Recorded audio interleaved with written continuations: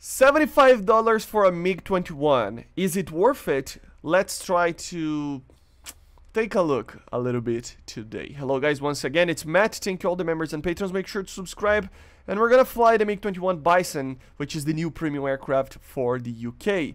Very short list of differences between a BIS and the BISON, okay? They're very much the same aircraft, but upgraded on that basis of the BIS, okay? It has different countermeasures. It has a new radar, the Copil-21, which is pretty much the same as the radar on the Su-39. Has a pretty good range for such a small radar. It has air-to-ground modes as well, which is pretty good for ground battles. In the weapon systems, it has the R-27's and the R-73, and of course the Cab 500 as well for you to use for you know, ground battles. And that's pretty much what it is, guys. Everything else is pretty much the same as a normal MiG-21 BIS, okay? Just remember, it has two skins. This one, it is very, very cool, actually.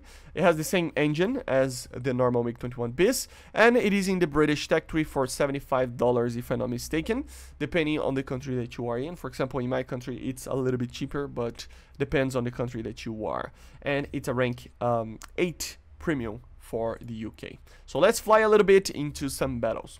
It does look pretty cool, doesn't it? But yeah, guys, this is our first match. As you see on the radar screen right there, you have the normal search pulse doppler with the medium PRF, TWS, medium PRF.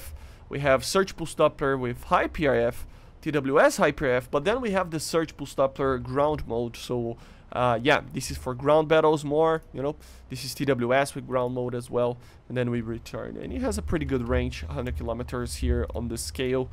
So yeah, very, very interesting. It is kind of sad that it does not have the R-77, I gotta say. But it is an aircraft that would suffer a lot on those BRs anyway. So, I don't know, at the end of the day, like, it's a premium aircraft. They probably, the only reason probably that I would imagine that they don't want to add the R-77, look at this scan, it's so cool, is probably because they don't want a premium aircraft with Fox 3 missiles for now. We will probably have it at some point, but not right now, right? And so I would say that it is probably going to be one of the most interesting premium aircraft when it gets that. It's already pretty interesting. I mean, it does even have like helmet mounted display, right? And look at this cockpit. Like, it's a very, very good, you know, modern cockpit for an F-14 MiG-21. Gee, F-14, Jesus, what am I saying? But yeah, let's try to get some targets. There's a target flying very high there. We are kind of out of range here. MiG-29 is kind of scary aircraft to fight, but I guess it's, yeah, look at the missiles coming.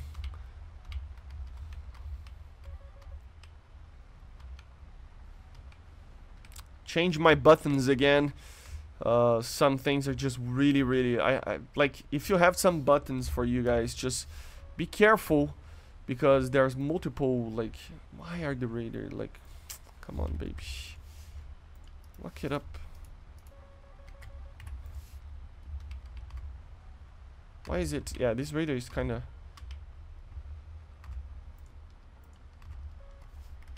Jesus Christ. Can I get a lock, please? Like... What? What is this? Yeah, it's just kind of bugged. I don't know.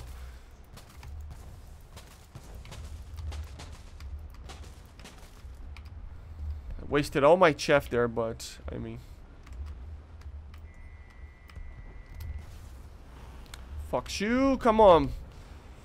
Yeah, this is going to be the main weapon. I would probably like to use like 4 R-73's instead of the R-27, but I guess it's good to have the R-27. I'm not gonna try to dogfight these two targets at once, although one of them, I think it's a MiG-21 BIS, because it's a German MiG. But we are kind of heavy.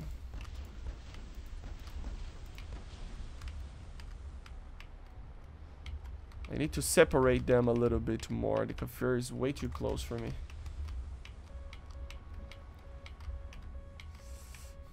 This is a problem. Nobody near me. Yeah. Come on, MiG-21.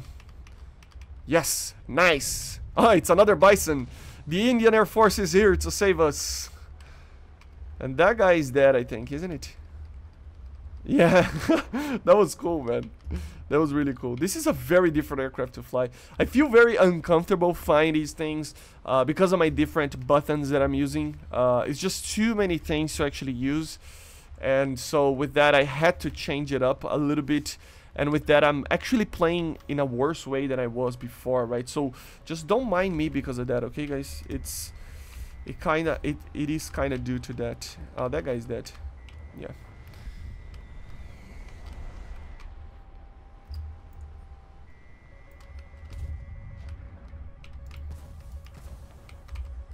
Okay, we're fine, we're fine.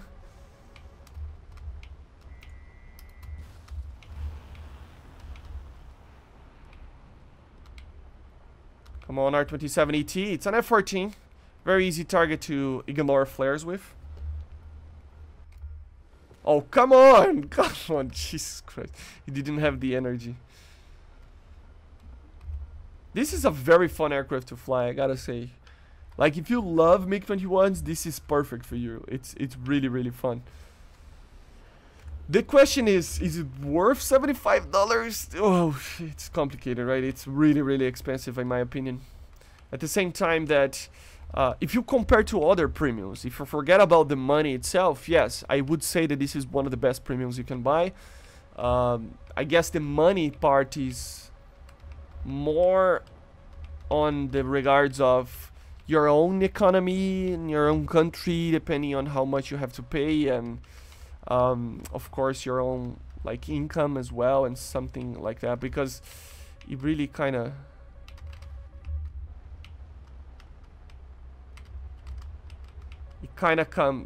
becomes kind of the problem, right? Because for example here in Brazil it's like 180 reais, which is, I think, I have to check, I don't remember the price, which is a pretty okay price, you know, for a premium comparing to what it used to be. Like it's all right. That wasn't good. Oh my god, that was scary. I thought the missile was going to kill me.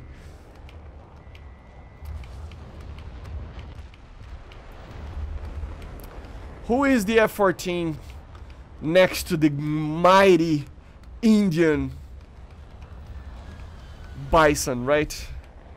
That was cool, man. This aircraft is so fun to fly, I gotta say. I know it's expensive, but it really, really is fun. Let's get to another match. So we go for the second battle, but I gotta say, guys, the radar is a bit bugged, okay? I just died in another match because of that, and what is happening is that the radar itself is trying to lock a different place where you try to actually lock somebody. Like somebody, it works, sometimes it works, but sometimes if the target is actually like flying a lot higher than you, the radar, even if you are pointing to the target itself, it will try to lock a target that is flying above the target, and it doesn't lock anything. So it's a bit bugged sometimes, okay? And sometimes it just doesn't appear, the square doesn't appear there. So it has some things that are work in progress with the radar, okay? Doesn't mean that it's not gonna be fixed and stuff. It's just a little bit weird. You gotta be careful, basically, right? So that guy is probably a MiG-29. He fired a missile, I can see the trail. And he's turning away. We are in range already, so I might try to actually fire an R-27 on him. Yeah, I'm gonna fire it. I mean, I have to, right? It's a very good range. I mean, like 15 kilometers. This missile can do 15 very well. But that target is gonna fly away. Oh god. Nah, I'm gonna miss the target.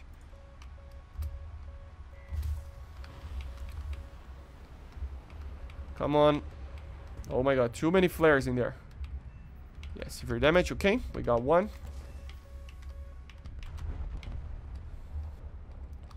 But again, I mean, even with the radar missile, I don't think it's a good enough, like, radar and stuff to actually use these things. What is flying above me? What is going on?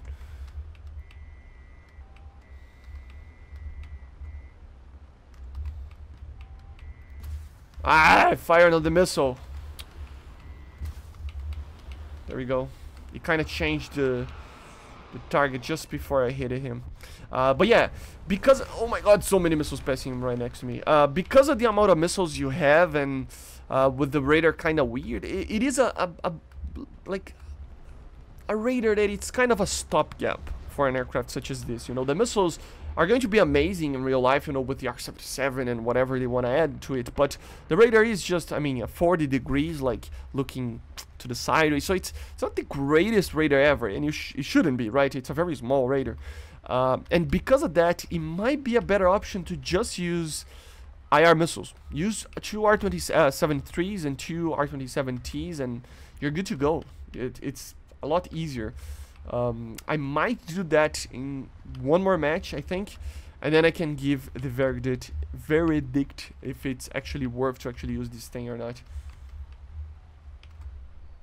Yeah, that guy is dead as well. I think we're done. So let's get to another one. So let's go, last match, and we are using only IR missiles this time to see if we can actually be a little bit more competitive and flying low. I'm not gonna fly high with this thing, no really need for it. Multipath has changed, so be careful, guys. Be careful out there with the 60-meter mark. You know, you gotta be really flying really low to actually not get hit by a radar missile. Let's see. Yeah, there's multiple missiles coming. I'm gonna turn a little bit to the side over here. Let's see if there's anything. Yeah, for sure. Drop some chaff. Let's fly really low to the ground. You gotta really concentrate yourself to not get killed by these missiles right now. Oh, there was a guy there. I wasn't even looking.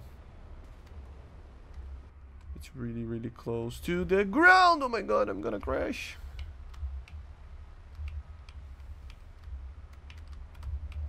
Oh. And what was that R-73? Like literally, what was that? The missile turned to the other side for some reason. Let me turn off this thing. Like a target just appeared out of nowhere in my front. Like literally in front of me, and my missile just decided to not do anything. Do I have the range? I do believe I have, right?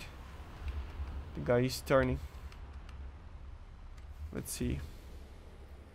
Yeah, I think it's a kill. Yeah.